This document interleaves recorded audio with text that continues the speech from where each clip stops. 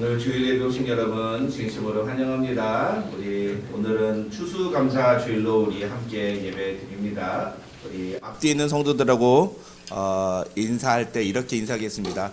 해피 땡스기빙 하면서 인사하겠습니다. 네, 반갑습니다. 감사합니다.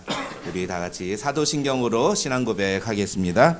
전능하사 천지를 만드신 하나님 아버지를 내가 믿사오며 그 외아들 우리 주 예수 그리스도를 믿사오니 이는 성령으로 잉태하사 동정녀 마리아에게 나시고 본디오 빌라도에게 고난을 받으사 십자가에 못 박혀 죽으시고 장사한 지 사흘 만에 죽은 자 가운데서 다시 살아나시며 하늘에 오르사 전능하신 하나님 우편에 앉아 계시다가 저리로서 산자와 죽은 자를 심판하러 오시리라. 성령을 믿사오며 거룩한 공회와 성도가 서로 교통하는 것과 죄를 사하여 주시는 것과 몸이 다시 사는 것과 영원히 사는 것을 믿사옵나이다. 아멘.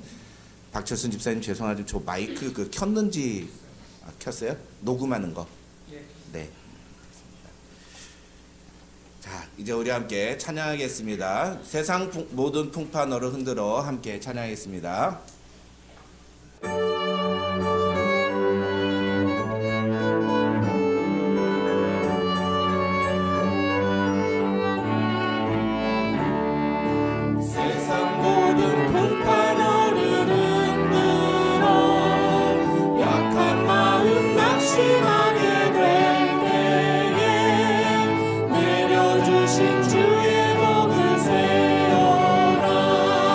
주의 뜻이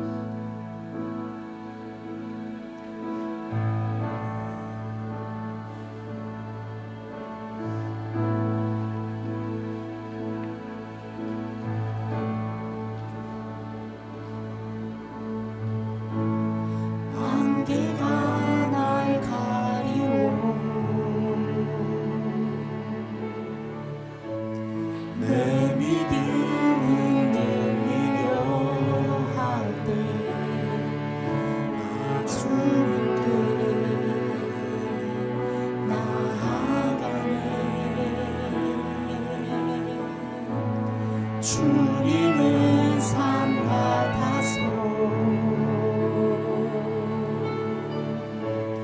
여전히 그 자리에 계셔.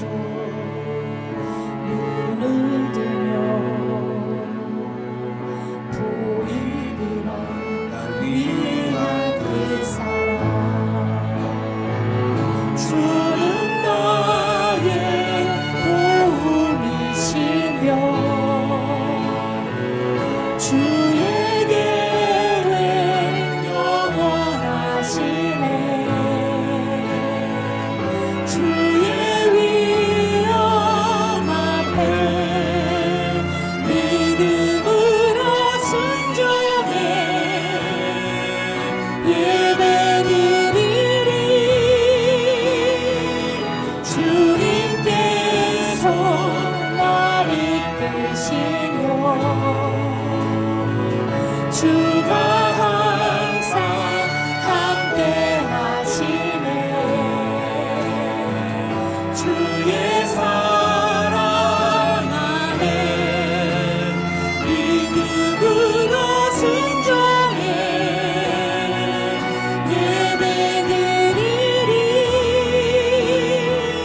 영원히 안개가 날 가리워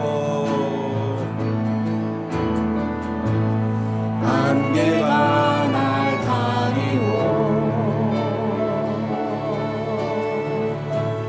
내 믿음은 흔들리려 할 때 나 주님께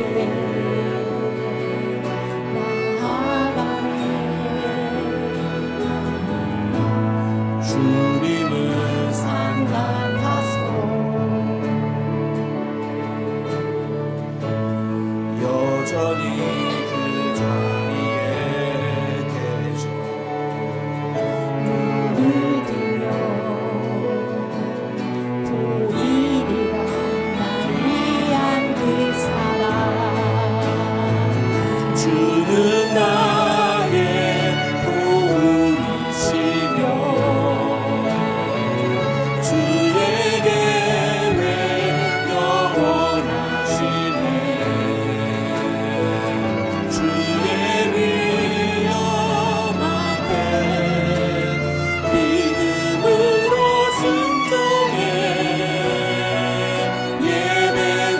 예배드리리 주님께서 날 이끄시며 주가 항상 함께 하시네 주의 사랑 안에 믿음으로 순종해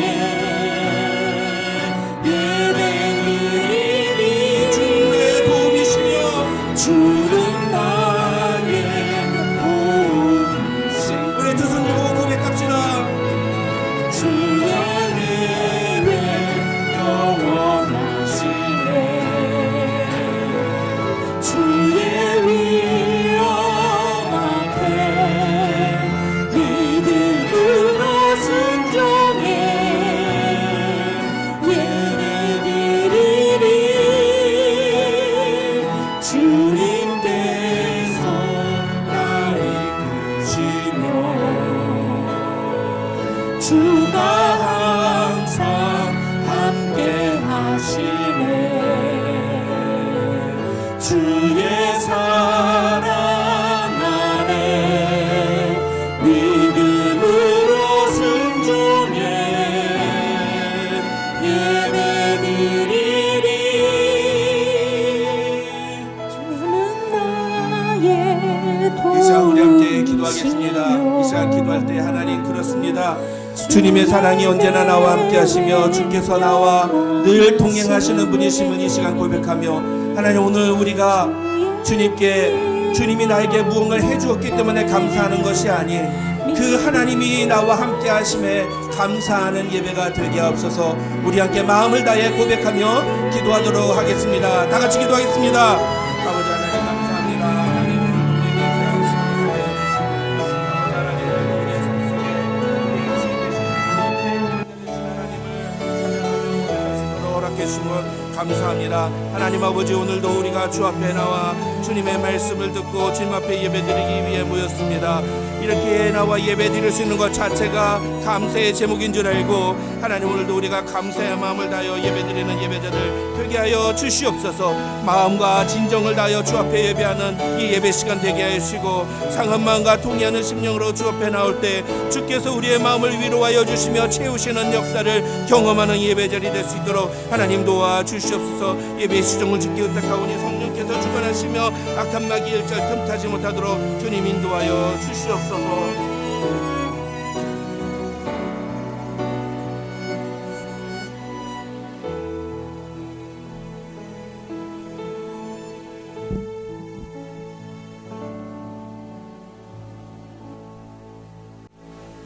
기도하겠습니다.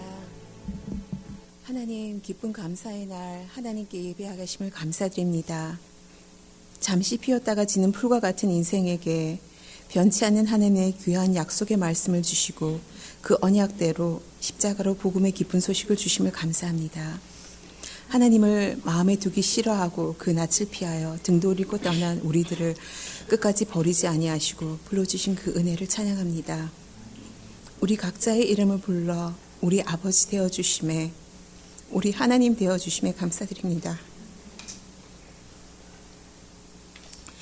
감히 바랄 수 없었던 인생에게 하나님 아버지 이름을 알게 하시고 부르며 찬양할 수 있음에, 예배할 수 있음에 감사드립니다.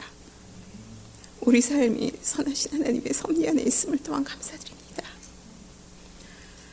되돌린 후에도 범죄하고 쓰러져 절망할 때마다 다시 디베라 바닷가로 굳이 찾아오셔서 물고기를 구워놓고 나를 사랑하느냐 3번씩 고쳐 물어주시며 회복시켜주시는 그 사랑에 감사합니다. 헤아릴 수 없는 수많은 생의 순간 속에서도 하나님께서는 단 한 번도 그 사랑을 멈추시지도 않으셨고 미루시지도 않으셨으며 언제나 성실하게 신실하게 동일한 은혜로 계셨음을 감사드립니다. 흔들리고 옮겨올 때는 더욱 부어주신 은혜가 커서 지나올 수 있었습니다. 하나님만을 바라볼 수밖에 없었고 결국 하나님만을 신뢰하는 법을 배우게 했던 광야의 시간 또한 감사드립니다. 하나님 손에 쥐어진 그 순간부터 지금까지 한순간도 놓지 않으시고 붙잡아 주셨던 그 손길과 걸어오는 그 모든 순간에 주셨던 기쁨과 위로에 부어주셨던 말씀에 감사드립니다. 이 땅에 이방인으로 허롭다 느꼈던 그 순간도 하나님께서는 우리가 쌓아올린 그 모든 것들이 아니라 하나님께서 친히 불타는 성곽이 되어 우리를 지켜주셨음 또한 감사드립니다. 시간이 지나 낡아가는 육체의 모습 가운데서도 속사람은 새롭게 해주심을 늘 감사드립니다. 날마다 벅찬 구원을 살아가게 하신 그 은혜에 감사하며 얼굴과 얼굴을 맞대어 볼 그날을 소망합니다. 이 모든 은혜를 받은 자로서 우리의 삶이 그 이전과 같을 수 없음에도 여전히 버리지 못한 우리의 죄된 모습을 회개합니다. 교회에 하나님의 자리를 탐한 욕심과 이득만 취하고픈 이기심도 조금 더 나아가기보다는 그 자리에 머물고픈 나태함과 게으름도 회개합니다. 세상의 모습에 지레 겁먹은 모자란 믿음으로 하나님만 바라보는 이 복된 자를 보며 한숨 쉬었음 또한 주님 회개합니다. 문제에 매몰되어 우리의 시선이 이 땅에 매여 있었음 또한 고백합니다. 하나님만을 바라보게 하여 주십시오. 하나님 고쳐주십시오. 은혜로 다시 돌아와 우리의 온 마음을 다하여 하나님을 즐거워하며 사랑하며 따르게 하여 주시기 원합니다. 그 무엇보다 하나님을 향해 날마다 더 목마르게 하여 주십시오. 손잡고 동행하는 하나님의 임재 속에서 하나님이 기뻐하시고 선하시고 온전하신 뜻을 구하며 고민하며 마땅히 구해야 할 것을 구하고 마땅히 해야 할 것을 행하는 삶, 나 옛사람이 하지 않으려고 하려는 삶, 하나님 앞에서 늘 깨어있는 삶으로 주님 채워갈 수 있게 도와주시길 원합니다. 하나님, 우리를 주장하셔서 아버지께 기쁨으로 순종하며 그 길을 갈 수 있는 용기와 중간에 포기하지 않고 주신 각자의 소명을 이루기까지 그 마지막 순간까지 달릴 수 있는 은혜를 주시기를 간구합니다. 우리의 창조주 되시며 우리의 영혼과 우리의 삶의 주인이신 하나님 아버지, 우리가 가진 그 모든 것을 드려도 우리 온 마음을 드려도 감사하기에 부족한 우리 아버지, 그 어떤 것으로도 결코 보답할 수 없는 그 은혜에 주님 합당하게 살 수 있도록 우리를 주장하여 주십시오. 이 시간 드리는 예배가 하나님 앞에 온전하게 드려지도록 성령 하나님 붙잡아 주시길 원합니다. 목사님께 능력의 말씀으로 아버지의 뜻이 순전하게 전달되고 각 사람에게 필요한 말씀으로 역사해 주시길 기도합니다. 말씀 안에서 참 자유와 회복함이 있게 하시고 회개와 결단으로 하나님께 돌이키게 하여 주시길 원합니다. 육체적인 연약함으로 재정적인 어려움으로 다른 여러 가지 사정으로 힘든 가정들이 여기 있습니다. 주님께서 위로하시고 힘주시며 또한 그 문제 넘어 넉넉히 이길 하나님을 볼 그 믿음을 더하여 주시길 간구합니다. 또한 오늘 특별히 여러 감사의 제목으로 나오는 성도들, 주님 그 기쁨과 감사를, 그 믿음을 받아주시기 기도합니다. 어려운 가운데서도 삶의 열매로 드리는 그 예배를 주님 받아주시길 기도합니다. 이 땅에 오셔서 친히 우리 본이 되신 우리 주 예수 그리스도 이름으로 기도드립니다. 아멘.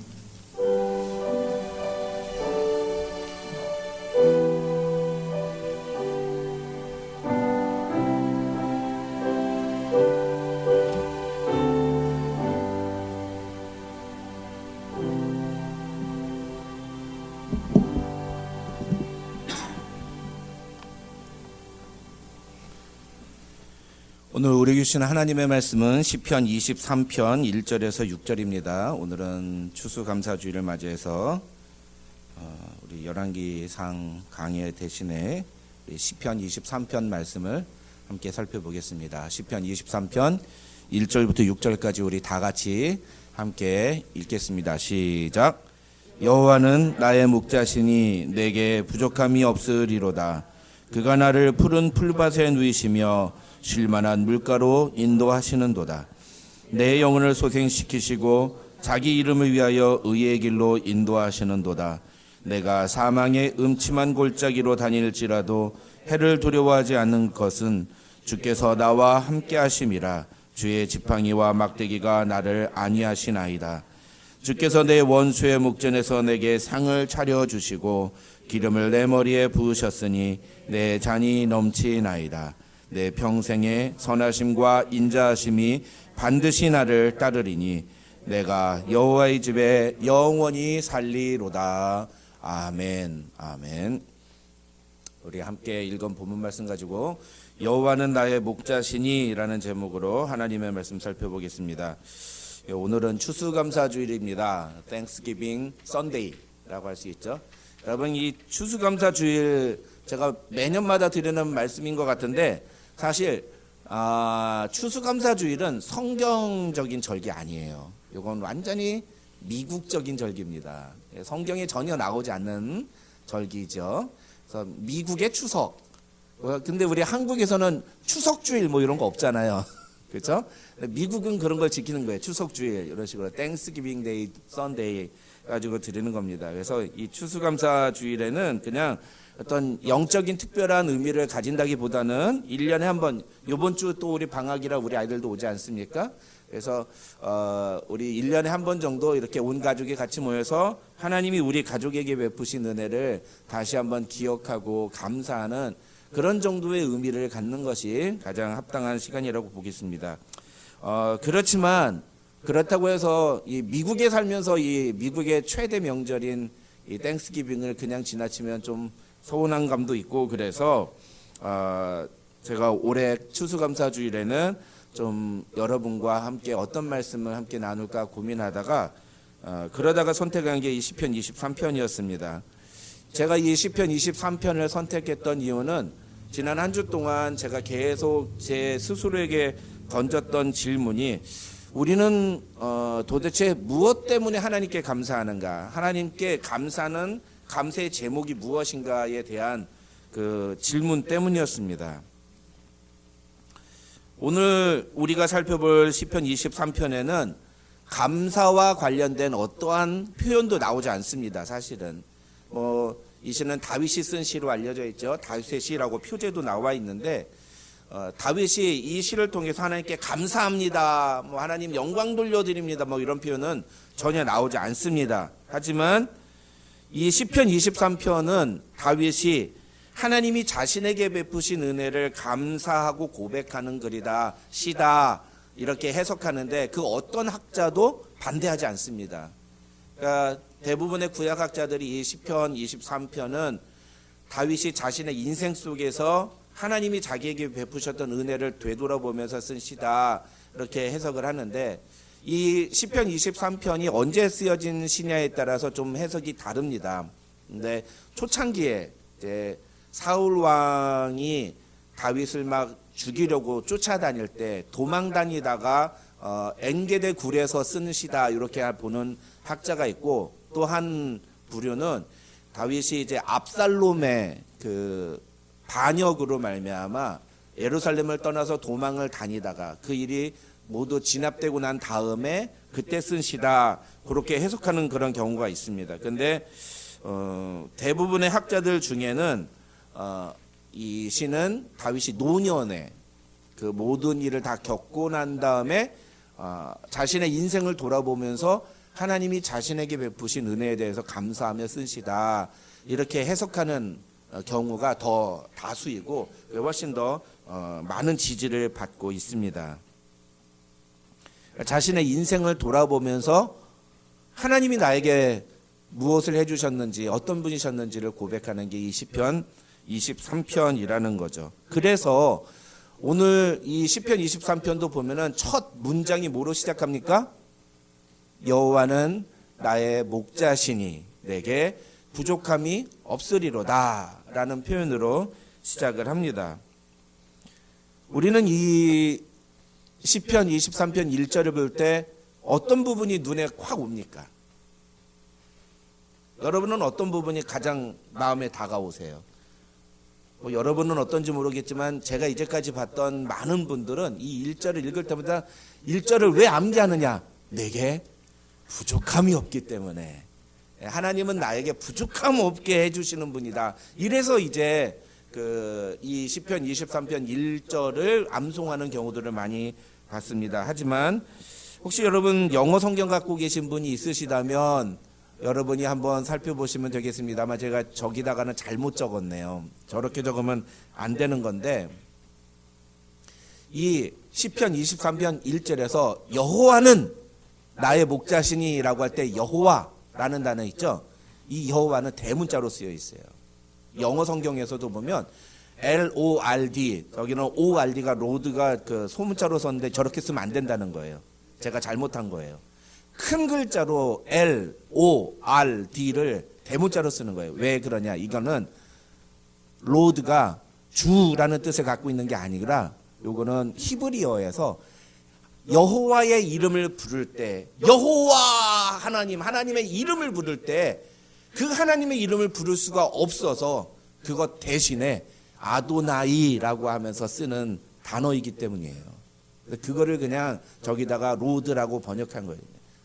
그러니까 시편 23편에서 이 다윗이 이야기하는 건 내게 부족함이 없다라는 것이 아니라 여호와 그 하나님이 나의 목자이시기 때문에 내게 부족함이 없다. 그래서 이 시편 23편 1절의 강조점은 여호와에 있는 겁니다. 여호와에. 사랑하는 성도 여러분, 여러분은 무엇 때문에 부족함이 없으십니까? 네? 저는 통장에 잔고가 많이 쌓이면 부족함이 없게 느껴지기도 합니다. 뭐 그렇게 많이 있어 본 적은 없지만 제가 예전에 한번 누군가가 이렇게 돈을 좀 맡아달라고 그래가지고 돈을 좀 많은 돈을 맡아본 적이 있어요. 큰 돈을 제가 평생 벌어도 다 벌지 못할 그런 큰 돈을 한번 맡아본 적이 있습니다. 우와, 내 통장에 그 잔고에 그 계좌가 딱 찍히는 순간 세상 모든 걸 다 가진 것 같고 어떤 것도 두렵지가 않았어요. 그래서 제가 느꼈죠. 이 세속적이고 물질적이며 이 타락한 목사야. 겨우 통장에 찍힌 이 숫자 몇 개 가지고서 이렇게 마음이 평안을 얻느냐. 근데 사실 우리 대부분이 그러잖아요. 통장에 잔고가 많이 쌓이면 평생 써도 다 못 쓰고 죽을 만큼의 돈이 만약에 우리에게 있다. 세상에 두려울 게 없을 거야 아마. 그래서 요즘 대기업의 2세, 3세, 4세들이 막 함부로 막 행동하는 경우들 막 많지 않습니까? 그런데 다윗은 뭐라고 그래요? 여호와 하나님, 그 여호와 하나님이 나의 목자가 되시기 때문에 나는 부족함이 없다. 그래서 이 1절을 읽을 때 우리는 먼저 이 다윗이 여호와에 초점을 맞추고 있다는 것을 우리는 먼저 주목할 필요가 있습니다. 그런데 그 여호와가 어떤 분이시냐? 그 여호와에 대해서 다윗은 1절에서 그분은 나의 목자시다 이렇게 얘기합니다. 표현이 어떻게 됩니까? The Lord, the Jehovah is my shepherd. 그는 our shepherd가 아니에요. my shepherd라는 거예요. my. 나의 하나님이시다. 그는 기독교의 하나님이 아니라 그는 나의 하나님이시다. 그는 이스라엘의 하나님이 아니라 나의 하나님이시다. 그는 유대교의 하나님이 아니라 나의 하나님이시다. 그리고 그분은 나의 목자시다. 이렇게 이야기를 하고 있는 겁니다. 여러분, 여기서 다윗이 하나님을 목자라고 표현하는 것은 어떤 추상적인 개념을 말하는 게 아니에요. 오히려 이것은 굉장히 개인적이고 굉장히 구체적인 표현이라고 할 수 있습니다. 다윗이 자신의 인생 속에서 경험했던 하나님을 어떻게 표현하면 좋을까를 고민한 끝에 적은 것이 바로 여호와 하나님은 나의 목자시다라고 고백한 것이다. 이렇게 말을 할 수 있다는 거죠. 한때 목동이었던 다윗이 하나님을 목자라고 표현한 것은 자신이 하나님을 표현할 수 있는 방법 중에 가장 정확한 단어를 찾아낸 것이다. 이렇게 말을 할 수 있습니다. 왜 그렇습니까? 목자란 어떤 존재냐? 적어도 자기가 인생에서 봤을 때 목자란 가장 신뢰하고 가장 의지하고 가장 나를 책임져 줄 수 있는 존재라는 사실을 다윗은 알고 있었기 때문이죠. 여호와가 나의 목자시면 나는 뭐예요? 나는 그분의 양이다. 이 관계, 양과 목자와의 관계를 다윗은 너무 잘 알았던 거예요. 자기가 목동이었으니까. 내가 양이라면 여호와가 나의 목자라는 것이, 목자 되셨다는 것이 내 인생에 나에게 나타나셨던 하나님을 표현하는 가장 좋은 방법이겠구나. 다윗은 그것을 알았던 거죠. 다윗은 하나님만이 나를 온전히 인도하시고 나를 책임지시고 나의 삶의 필요를 공급하시는 분이라는 사실을 이 목자라는 단어 안에 포함하고 있는 것입니다. 표현하고 있는 것입니다. 그런데 다윗은 바로 그 여호와 하나님이 나의 목자이시기 때문에 내게 부족한 것이 없다 하고 말합니다. 이 의미를 우린 잘 이해해야 돼요. 그래야 다른 아까 제가 설교 서두에 말한 것처럼 그렇게 이 본문을 오해하지 않습니다. 다윗이 여기서 말한 부족함이 없다라는 말은 무슨 뜻일까요? 그건 정말로 필요한 걸 다 가졌다 그런 뜻일까요? 아니에요. 그런 물리적인 내가 필요한 걸 하나님이 다 나에게 채워주셨다라는 게 아니라 하나님 그분 한 분이면 족하다. 하나님만 나에게 있으면 나에게는 더 필요한 게 없다. 이런 뜻인 것입니다. 다른 것은 필요 없다. 하나님만 계시면 나는 다른 거는 필요 없다. 여러분, 감사라는 개념은요. 감사라는 개념은 누군가가 나에게 베풀어준 호의에 대한 나의 반응을 의미합니다. 누가 나에게 좋은 일을 했을 때 그것에 대해서 내가 갖는 감정, 필링이 바로 감사라는 거죠. 다시 말해서 내가 누군가에게 무엇을 받았기 때문에 그에 대해서 내가 갖는 감정이 감사라는 거예요. 그러나 이 1절에서 다윗은 하나님께 무엇을 받았기 때문에 하나님께 감사하는 게 아니라 하나님이라는 존재 자체에 대해서 감사하고 있는 거예요. 우리가 이거를 알아야 됩니다. 물론 뒤에 2절부터 다윗은 하나님이 나에게 무엇을 행하셨는지에 대해서 분명히 이야기를 합니다. 그러나 그보다 먼저 다윗은 하나님이 나의 목자이시기 때문에 나는 부족함이 없습니다. 난 너무 감사합니다. 라고 자신의 믿음을 고백하고 있는 거예요. 우리는 그것을 가리켜서 하나님과 다윗 자신과의 관계에 대한 감사다. 이렇게 얘기할 수 있습니다. 여러분, 추수감사절 시즌이 되면은 대부분은 지난 한 해 동안 하나님이 우리 가족에게 우리 가족에 아무 일도 일어나지 않게 해주시고 행복하게 지내게 해주셔서 감사합니다 라든지 혹은 올해 내가 기도하고 있던 기도 제목을 응답해 해주셔서 감사합니다, 이런 종류의 감사의 제목들을 적습니다. 그렇죠? 지난 한 해 동안 하나님이 나에게 해주셨던 것에 감사합니다. 사실은 이 추수감사절 땡스기빙도 무엇 때문에 유래했습니까? 퓨리탄들이 바다를 건너와서 미국에서 지낼 때 그 추위 속에서 첫 번째 맞이하는 그 추운 겨울에 먹을 것도 없고 식량도 아무것도 없어서 굶어 죽는 사람이 그렇게 많아질 때에 그때 그 인디안들이 곡식과 씨앗들을 갖고 와서 이거 심어가지고 내년에 이걸로 이제 너희 먹을 것 식량 같은 걸 좀 준비해라. 그래서 그 다음 겨울이 됐는데 미리 준비했던 한 해 동안 준비했던 곡식들 때문에 자신들이 그 추위를 이길 수 있었음에 감사하면서, 그래서 자신들에게 씨앗을 줬던 그 인디안들을 초대한 것이 유래가 되어서 그래서 추수감사절이 시작이 되지 않았습니까? 누군가 나에게 준 것. 뭐 신앙적으로 되게 성숙하게 이걸 막 표현한다 하더라도 하나님께서 우리에게 주신 은혜에 감사합니다 하면서 막 감사를 표현하고 다른 뭐 지금 현지의 삶의 어려움과 힘든 상황이 놓여 있지만 그 속에서도 하나님 나에게 은혜를 주시고 하나님 나에게 버틸 수 있는 힘을 주셔서 감사합니다. 어쨌든 주신 거잖아요. 주셔서 감사하다는 거잖아요. 그렇죠? 그러니까 우리가 늘 감사할 때 그게 뭐 틀렸다는 얘기는 아니에요. 당연히 그렇게 감사해야 됩니다. 그걸 안 하니까 문제지.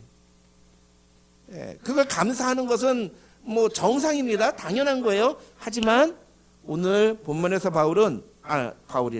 다윗은 그런 하나님이 나에게 주신 것보다도 먼저 하나님과 나와의 관계에 집중하고 그 여호와 하나님이 나의 목자가 되어 주셨다는 사실에 감사하고 있다는 것. 우리가 오늘 본문에서 이 부분을 먼저 좀 주목해서 보았으면 좋겠다라는 거죠. 이번 2025년 추수감사절에는 여러분 무엇을 감사하시겠습니까? 그래서 저는 여러분에게 그렇게 좀 묻고 싶어요. 여호와는 나의 목자시니 라고 고백하는 그 다윗의 고백처럼 우리도 한번 그렇게 써봤으면 좋겠어요. 여호와는 나의 무엇이니. 그렇게 해서 밑줄에 저 빈칸에 밑줄에 있는 것처럼 여호와는 나의 무엇입니까? 근데 이것은요 그냥 내가 알고 있는 개념을 쓰라는 게 아닌 거예요. 다윗처럼 자신의 인생에서 내가 표현할 수 있는 가장 적합한 단어가 무엇인가? 내가 표현할 수 있는 가장 선명한 단어가 무엇인가? 하나님이 나에게 나와 하나님과의 관계를 표현할 수 있는 가장 확실한 단어는 무엇인가를 한번 고민해보고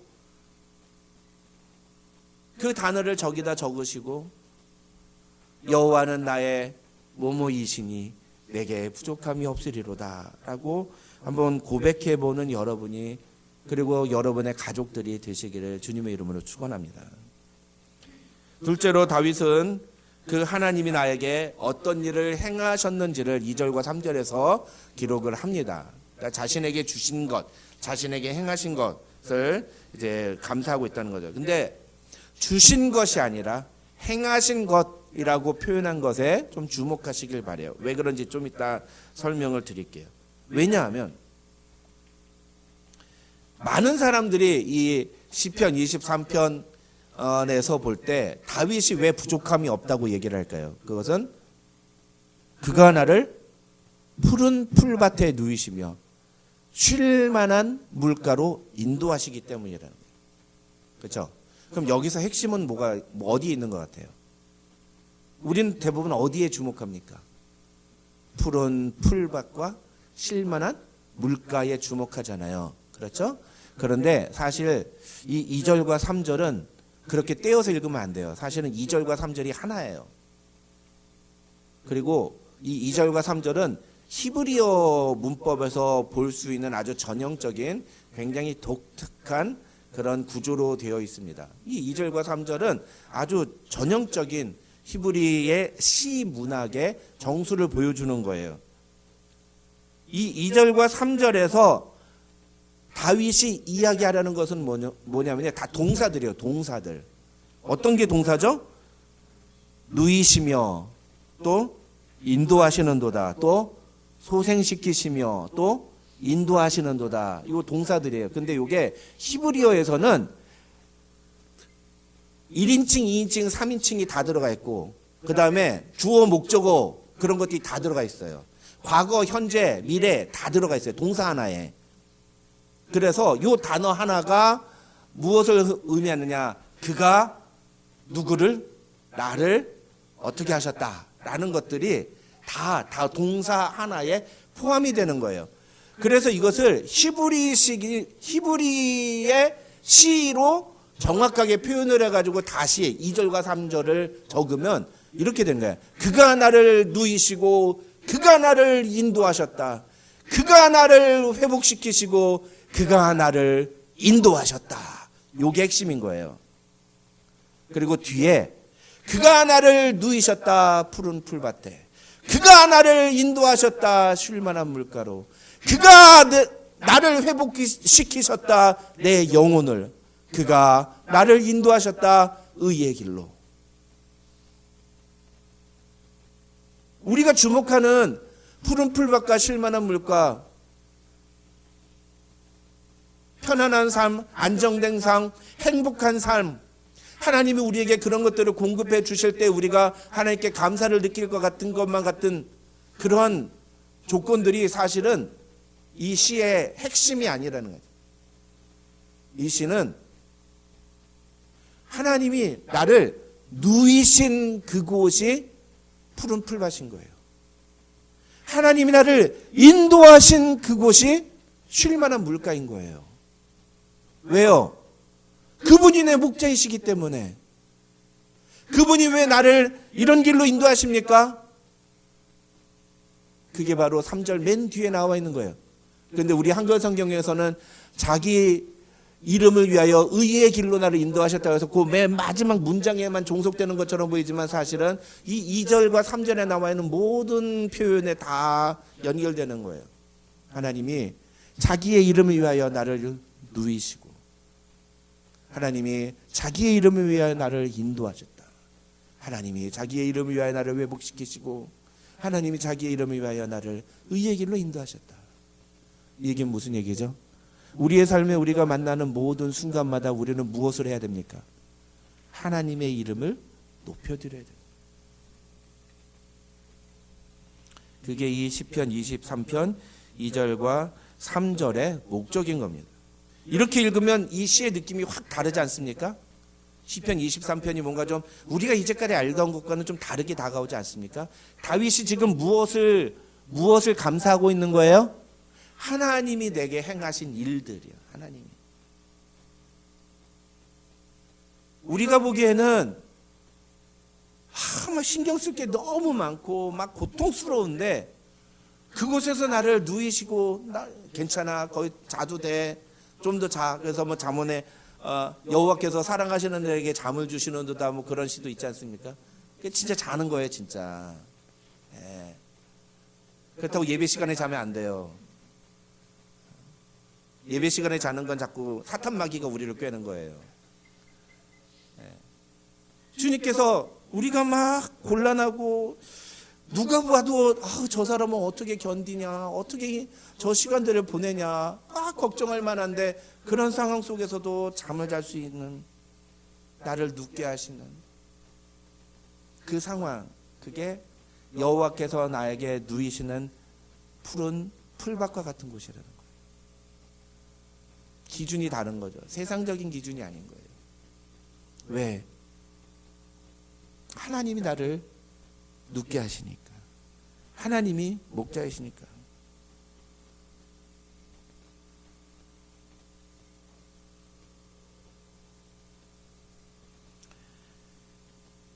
우리는 자꾸만 우리가 갖고 있는 기준, 우리가 갖고 있는 어떤 마음의 소원을 가지고 감사의 제목을 찾습니다. 우리 아이가 요번에 공부를 잘해서 좋은 대학에 들어가면 하나님 감사합니다. 근데 우리 아이에게 뭔가 힘들고 어려운 일이 있으면 마음이 어때요? 막 화가 납니다. 하나님 도대체 나한테 왜 이러십니까? 하나님 도대체 왜 이러십니까? 감사가 사라져요. 그게 사실이죠. 당연한 겁니다. 그건 당연한 거예요. 부모로서 그런 마음을 안 가지면 이상한 거지. 그런데 그런 상황 속에서도 우리를 누이시고 우리를 인도하시고 우리를 먹이시고 우리를 소생시키시는, 우리를 새롭게 하시는 하나님, 그 하나님을 바라본다면 우리는 어떠한 상황 속에서도 우리의 목자 되시는 하나님께 감사하지 않을 수가 없는 것입니다.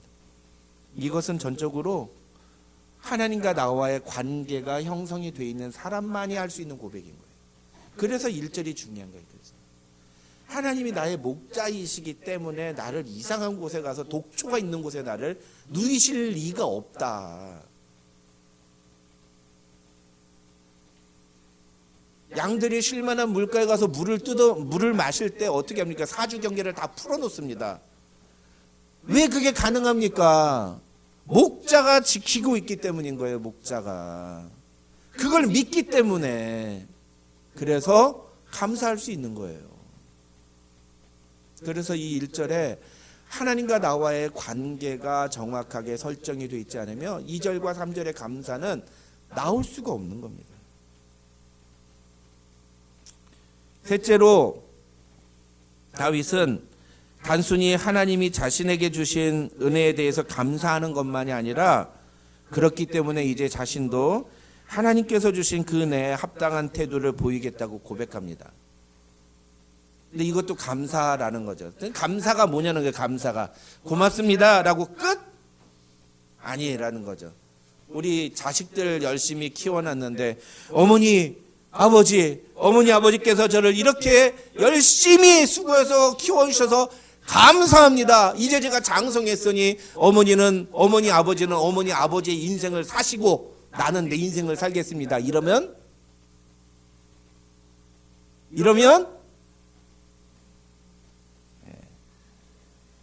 불효자식이라고 그러죠. 불효자식. 싹수가 노란 거예요. 한국 표현으로. 그렇잖아요. 부모님이 나를 위해 수고하시고 헌신하시고 고생하셨던 것을 내가 알고 그래서 그 부모님께 감사한 마음이 있다면 어떻게 해야 돼요? 그걸 표현해야 됩니다. 우리 여기 유스그룹들 잘 들어요. 부모님들한테 자꾸 표현해야 돼. 건우야, 너 아빠 엄마한테 늘 고맙습니다 라고 그리고 작은 거 하나 더 여자친구 선물보다 아빠 엄마 선물을 먼저 사야 돼. 알았지?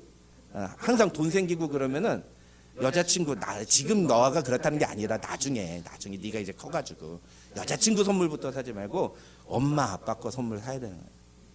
근데 그게 잘 안 되더라.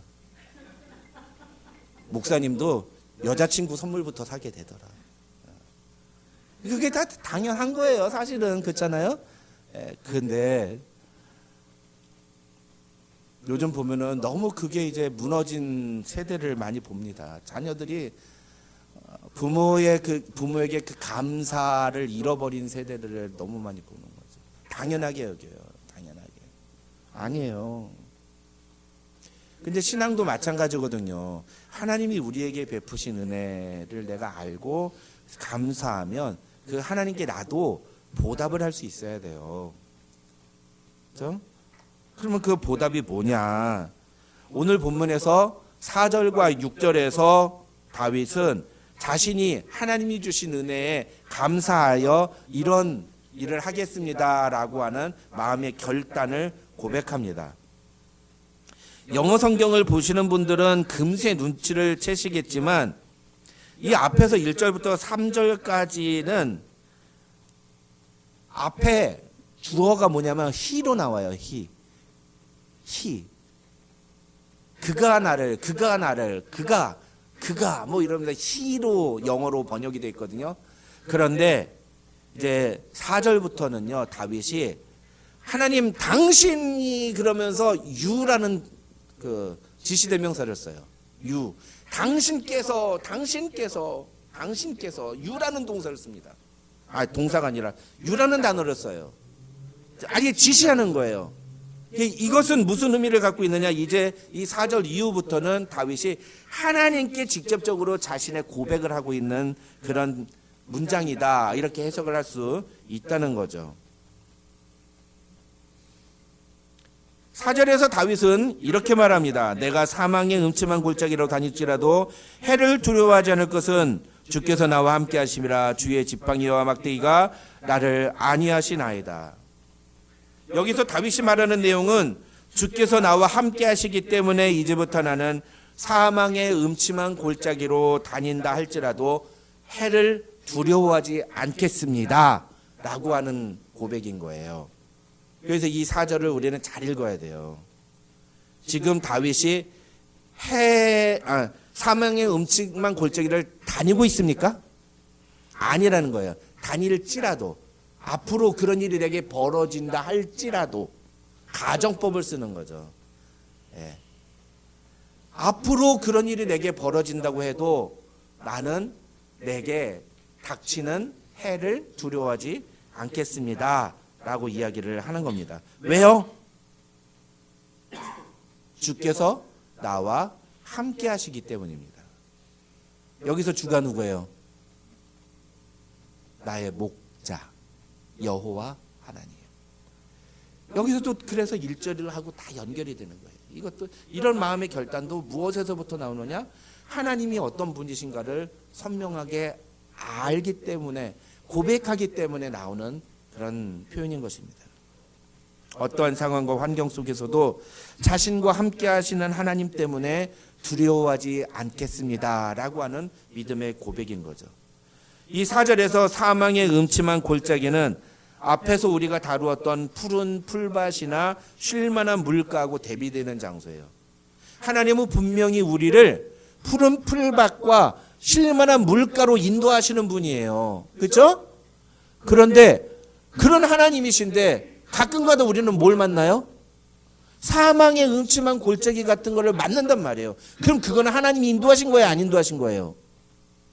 하나님이 안 인도하셨다면은 그럼 거기에 하나님이 있어요, 없어요? 하나님이 함께하지 않는 곳에 내가 가든지 아니면 내가 사망의 음침한 골짜기를 만났는데도 하나님이 나와 함께하시든지 둘 중에 하나잖아요. 어떤 거예요? 다윗은 지금 뭘 얘기하는 걸까요? 내가 막 내 마음대로 가가지고서는 그래서 나 혼자 가다 보니까 사망의 음침한 골짜기로 간 거예요? 아니란 말이에요. 아니란 말이에요. 그곳에 내가 보기에는 지금 사망의 음침한 골짜기, 언제 여우가 언제 늑대가 나타날지 모르는 것만 같은 두려운 그런 골짜기를 걸어가고 있는데 거기 누가 함께 있어? 주께서 나와 함께 하신다고요. 목자가 이미 나와 함께 하신다고요.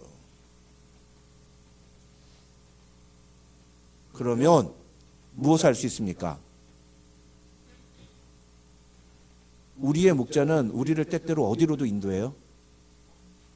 네, 사망의 음침한 골짜기로도 인도할 수 있어요. 근데 그게 우리 눈에 보기에는 사망의 음침한 골짜기예요. 근데 목자가 왜 글로 데리고 갈까? 그건 모르지. 무슨 이유가 있으셔서 그러시겠죠. 우리는 알 수가 없어요. 왜 나한테 이런 일이 일어나는지.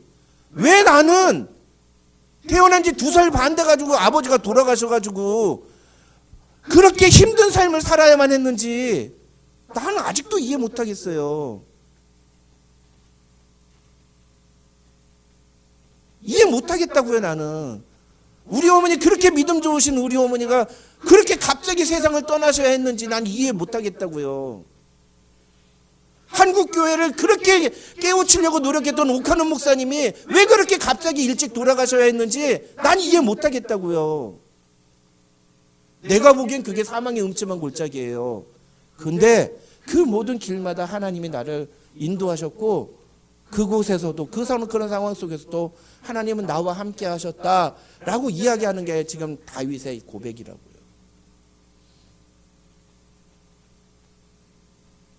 예수 안 믿는 사람들은, 또 믿음이 연약한 사람들은 다들 어떻습니까? 자기가 조금 힘들고 어려운 일 겪으면 뭐예요? 하나님 지금 나와 함께 하시는 거 맞습니까? 하나님 당신은 지금 어디 계십니까? 막 이렇게 얘기하잖아요. 아니라고요. 그때도 하나님은 나와 함께 하십니다.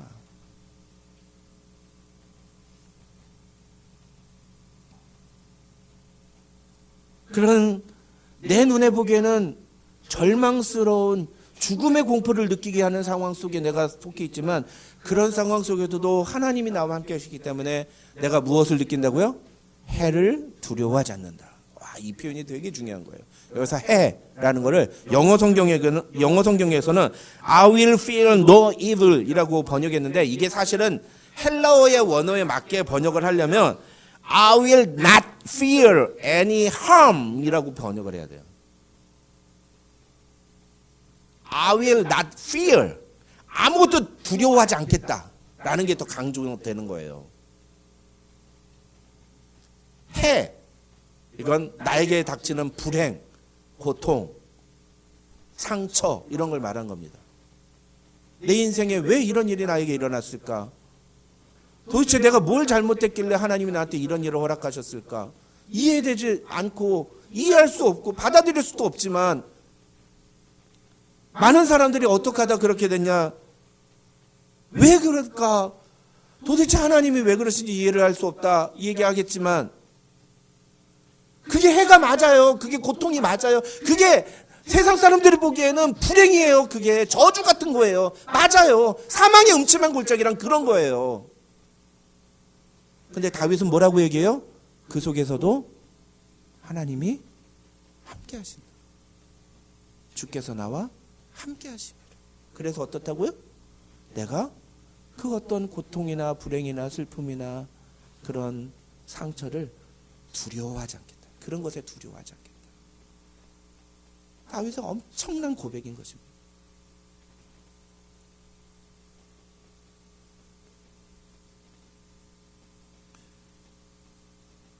그렇다면 다윗이 왜 이렇게 고백할까요? 그 뒤에 이유를 설명하죠.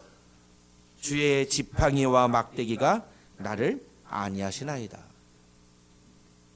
근데 이것도 히브리어 성경을 그대로 읽으면 내가 왜 두려워하지 않느냐? 당신이 나와 함께 하시기 때문에, 당신의 지팡이와 당신의 막대기 때문에, 이렇게 써 있어요. 그리고 무슨 표현이나 당신이 나와 함께 있어요. 근데 당신의 손을 보니까 당신의 손에 지팡이와 막대기가 들려져 있다는 거예요. 이거 가지고 뭐 할까요? 막아주시는 거죠. 예.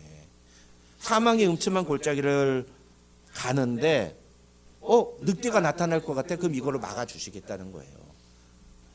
그래서 다윗은 두려워하지 않겠다. 이거는 막아주시지 않는다는 게 아니라 그 하나님과의 관계 때문에 오는 그 굳건한 믿음을 표현하는 겁니다. 그런데 이런 말을 들으면은 우리는 그런 생각이 나지 않습니까? 하나님이 우리를 그렇게 지켜주신다는데 왜 우리의 삶에 문제는 여전히 해결되지 않고 이렇게 어려운 일은 반복적으로 일어나는 걸까? 하나님이 지켜주신다면서요. 하나님이 지켜주신다면서요. 근데 왜 내 문제 해결이 안 됩니까? 이런 생각이 들잖아요. 그렇죠? 우선 정답부터 말씀드리겠습니다. 정답이에요. 정답. 이건 정답. 이 4절에서 말하는 건 하나님이 우리의 모든 문제를 해결해 주신다는 말이 아닌 거예요. 이 4절을 그렇게 해석하면 안 되는 겁니다. 이 4절을 다윗이 뭐라고 시작하죠? 내가 사망의 음침한 골짜기로 다닐지라도 라고 얘기해요. 그렇죠? 아까 뭐라고 했습니까? 사망의 음침한 골짜기로 하나님이 나를 데리고 가시는 거예요. 이해할 수 없어요. 왜 그런지 이해할 수 없는데 목자가 우리를 그곳으로 인도하는 거예요. 그렇게 인도 안 한다는 게 아니에요. 그런 데는 절대 가지 않게 해주시겠다, 피하게 해서 막아주시겠다, 그런 말씀하시는 게 아니에요. 그쪽으로 갈 수도 있어 라고 말씀해 주시는 거예요. 그런 일이 우리에게 벌어질 수도 있어 라고 말씀하시는 거예요. 다윗은 그걸 인정하는 거예요. 그래서 목자 대신 하나님께서 나를 인도하시다가 어느 순간인가 사망의 음침한 골짜기와 같은 곳에 내가 가게 된다 할지라도, 그 다음에 뭐라고요? 해를 두려워하지 않을 것은, 이 말은 무슨 뜻입니까? 그래서 나에게 혹여 재난이나 불행이나 고통이나 아픔과 상처 같은 것이 일어난다 할지라도, 내가 그런 일을 경험한다 할지라도, 심지어 그런 어려운 일들이 나에게 닥친다 할지라도 나는 두려워하지 않겠습니다 라고 고백하고 있다는 거죠. 그런 문제가 내게서 없어진다는 것이 아니라 그런 문제가 내게 일어난다는 것을 인정하고, 그럼에도 불구하고 나는 두려워하지 않겠습니다 라고 고백하는 게, 그게 이 시의 진짜 포인트인 거예요. 우리는 자꾸만 주의 지팡이와 막대기 그런 것만 본단 말이죠. 아니에요. 그게 아니에요. 다윗이 왜 두려워하지 않겠다고 얘기하는지, 그리고 그 두려워하지 않겠다고 얘기하는 것에 담긴 진짜 의미가 무엇인지를 우리는 정확하게 이해를 해야 됩니다. 다윗은 사망의 음침한 골짜기와 같은 상황 속에서 실제로 내가 해를 경험하게 된다 할지라도 나는 두려워하지 않겠습니다. 왜? 주께서 나와 함께 하시기 때문입니다. 다시 말하면 우리가 마음의 평안을 누리고 기뻐하고 감사할 수 있는 이유는 우리가 그 사망의 음침한 골짜기를 벗어났기 때문이 아닌 거예요. 아직 벗어나지 않았어요. 내게 실제로 해가 나타났어요. 내가 어려운 일을 겪고 있어요. 그런데 그럼에도 불구하고 그 속에서 두려워하지 않고 나와 함께 하시는 하나님 때문에 감사하는 거예요. 그게 오늘 시편 23편에서 다윗이 고백하고 있는 그런 내용인 것입니다. 5절을 보면 다윗은 이렇게 말합니다. 주께서 내 원수의 목전에서 내게 상을 차려주시고 기름을 내 머리에 부으셨으니 내 잔이 넘치나이다. 이것은 이 시 전반에 담겨 있는 그 다윗이 처했던 상황을 유추해 볼 수 있게 하는 그런 힌트와도 같은 구절이에요. 그래서 이 5절 때문에 아까도 말씀드린 것처럼 많은 학자들은 이 다윗이 시편 23편을 언제 썼느냐, 다윗이 사울왕에게 그 쫓겨서 죽을 것만 같은 그 풀밭에 숨고 다윗이 막 몇천 명을 끌고 와가지고 사울이 다윗 하나 죽이겠다고 몇천 명을 끌고 와가지고 막 이적듯이 뒤지고 막 그러지 않습니까? 그래서 막 숲풀 사이에 숨고 동굴로 가서 숨고 막 그러잖아요. 그리고 막 자기 아들이 반역을 해. 그래가지고 아버지와 관계된 사람 다 죽인다고 그러고서는 막 그러는, 그래서 막 아들이 오기 전에 도망가자고서 막 도망가는데 도망가는 길에 만난 사람들이 어떻게 해요? 막 조롱하고 돌 던지고 먼지 날리고 막 비웃고 막 저주를 퍼부어요. 그런 거 얘기 다 듣으면서 간단 말이에요. 그게 다윗에게는 사망의 음침한 골짜기로 다니는 상황이었고 자신이 경험한 해였던 거예요. 그런데 그런 속에서도 다윗은 두려워하지 않아요. 왜? 주께서 나와 함께 하시기 때문에. 그랬더니 어떻게 됐습니까? 마침내 주께서 내 원수의 목전에서 내게 상을 차려주시고 기름으로 내 머리에 부으셨으니, 기름으로 머리에 붓는다는 게 뭐예요? 왕으로 세우셨다는 거예요. 자기를 진정한 왕으로 세우셨다는 거예요. 내 잔이 넘치나이다. 자신의 원수들이 자신을 비방하고 어떻게든 죽이려고 노력했지만 하나님은 그런 상황 속에서 오히려 그들이 보는 앞에서 나를 이스라엘의 왕으로 세워주시는 놀라운 회복을 허락해 주셨다.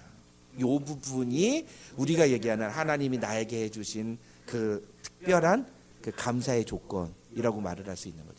시편 23편 전체에서 우리가 그렇게 말을 해야 되는 건 딱 이 5절 한 구절 뿐인 거예요. 근데 5절에서 나오잖아요.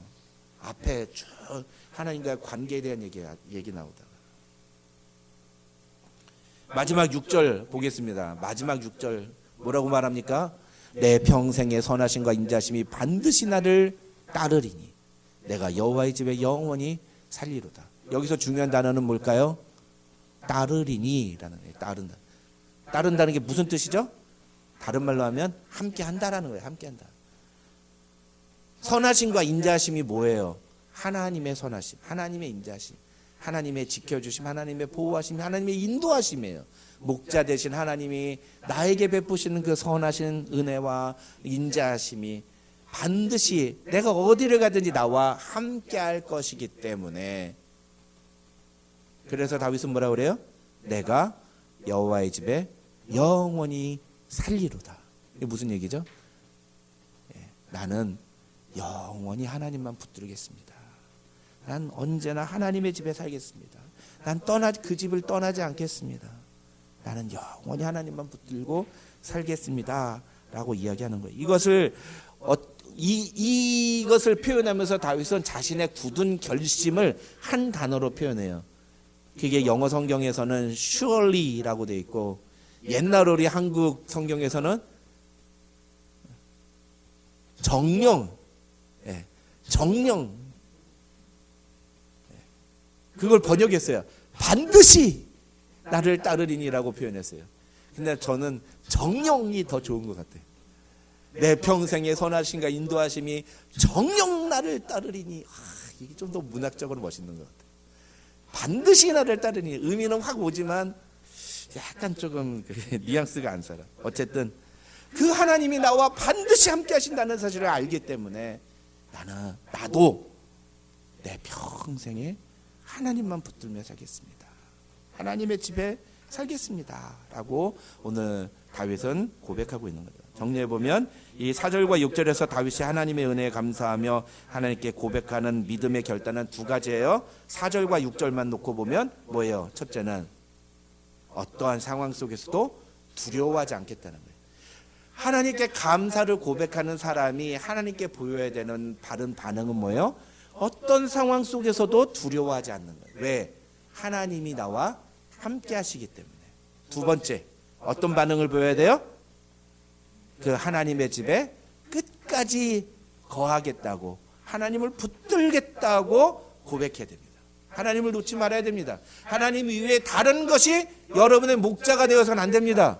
The Lord, the Adonai, the Jehovah is my shepherd.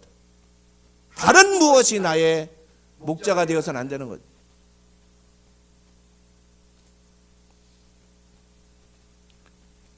저와 여러분도 이런 다윗의 감사와 고백을 주께 올려드리는 성도들이 되시기를 주님의 이름으로 축원합니다.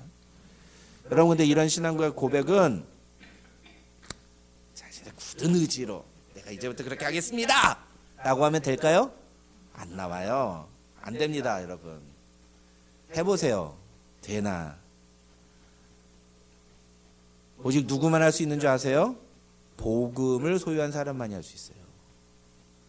복음이 무엇인지를 알고 복음을 항상 마음에 기억하며 그 은혜에 감격하며 사는 사람은 오늘 본문에 나오는 다윗과 같은 고백을 하며 살 수 있습니다.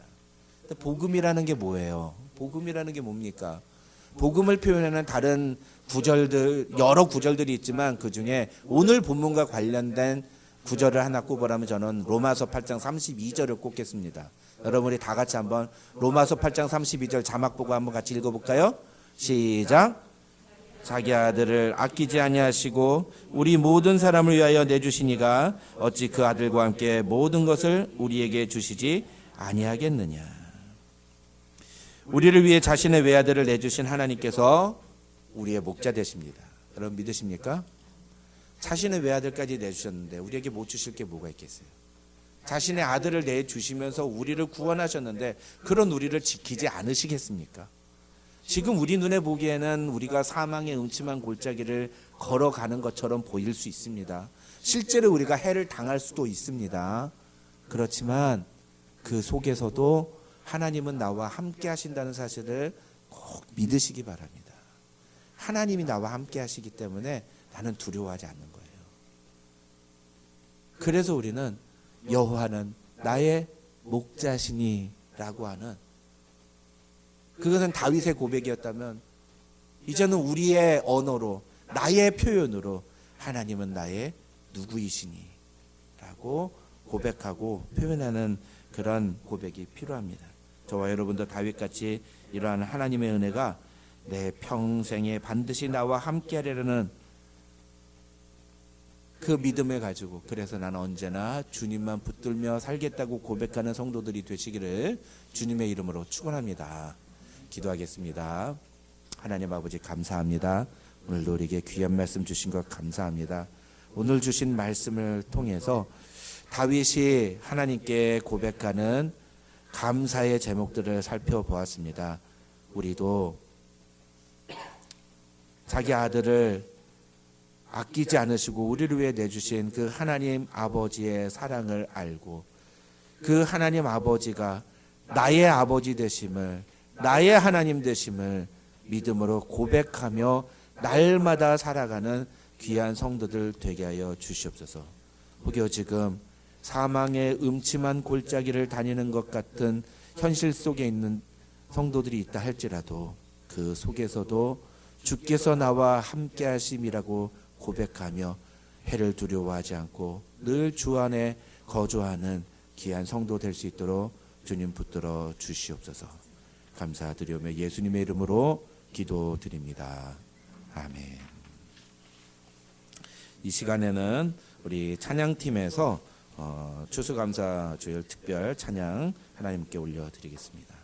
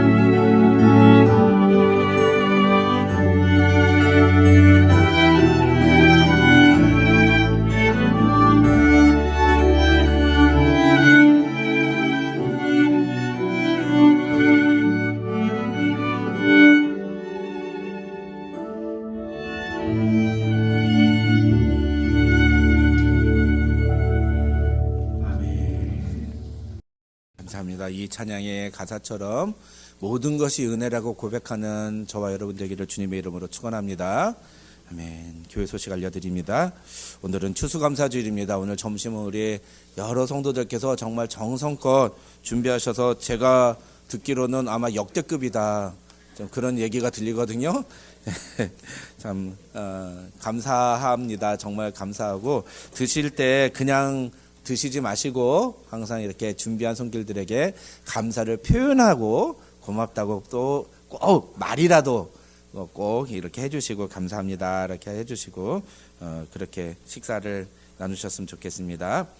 추수감사주일을 맞이해서 오늘은 소그룹 성경 공부는 없고요. 대신에 이제 우리가 내년을 좀 준비해야 됩니다. 내년에 우리 교회가 해야 할 일들, 여러 가지 사역들, 특별한 프로그램들, 그다음에 교회 재정과 관련해서 그런 예산을 준비하고 하려면 그 예산이 그냥 막 숫자만 짜놓고 그냥 여기에 맞춰서 해가 아니라 우리가 할 일들을 정해놓고 그 할 일들에 맞게 예산을 정하는 것이 옳기 때문에 오늘 소그룹 성경 공부 시간에는 같이 그 내년도 사역에 대한 좀 우리 같은 이야기를 나누려고 합니다. 그래서 우리 운영위원들은 좀 반드시 참석해 주시고 또 관심 있는 성도들도 함께 자리해 주시면 감사하겠습니다. 여러 가지 문제로 힘든 시간을 보내고 있는 교우 가정을 위해서 함께 기도해 주시기 바랍니다. 새벽에 만나 수요기도에 적극적으로 참여해 주시기 바랍니다. 감사합니다. 이제 우리 다 같이 일어나셔서 주님은 산 같아서 함께 찬양하고 축도함으로 예배 마치겠습니다.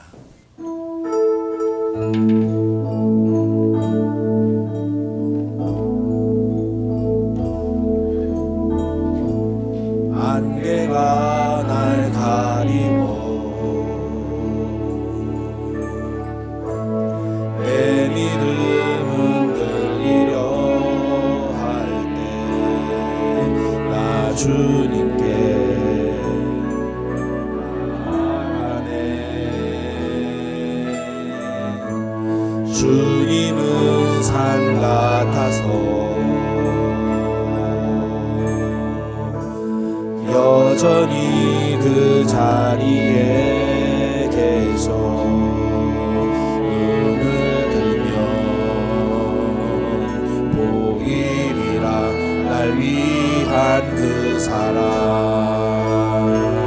주는 나의 도움이시며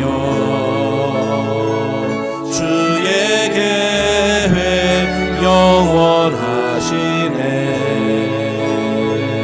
주의 위엄 앞에 믿음으로 순종해 예배드리니. 주님께서 날 이끄시며 주님께서 날 이끄시며 주가 항상 함께 하시네. 주의 사랑 안에 믿음으로 순종해 예배드리니 영원히.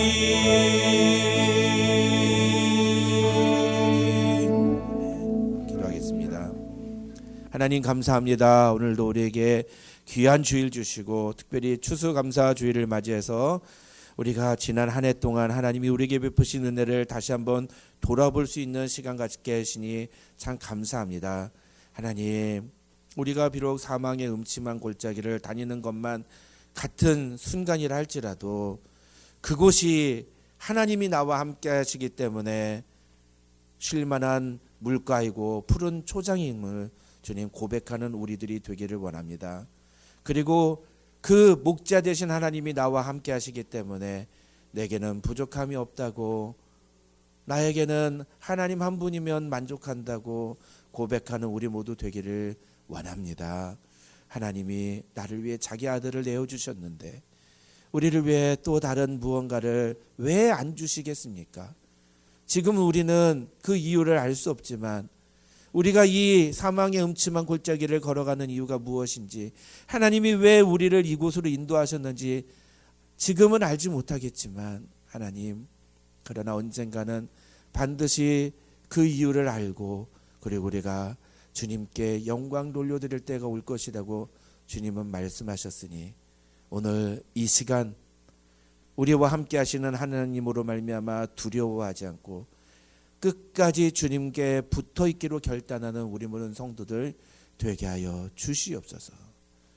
그런 믿음의 고백을 담아 오늘도 주 앞에 예물 드리오니 이 예물 기쁘게 받아주시고 여러 가지 제목을 달아 하나님께 드린 예물 위에 주께서 응답하시고 보응하시되 그 믿음대로 역사하시는 하나님의 능력을 우리 모든 성도들이 경험하게 도와주시옵소서. 지금은 우리 구주 예수 그리스도의 한이 없으신 은혜와 우리 아버지 하나님의 만극하신 사랑과 성령님의 감동, 감화, 교통, 충만하신 은혜가 너희 무리 가운데 함께 있을지어다. 아멘.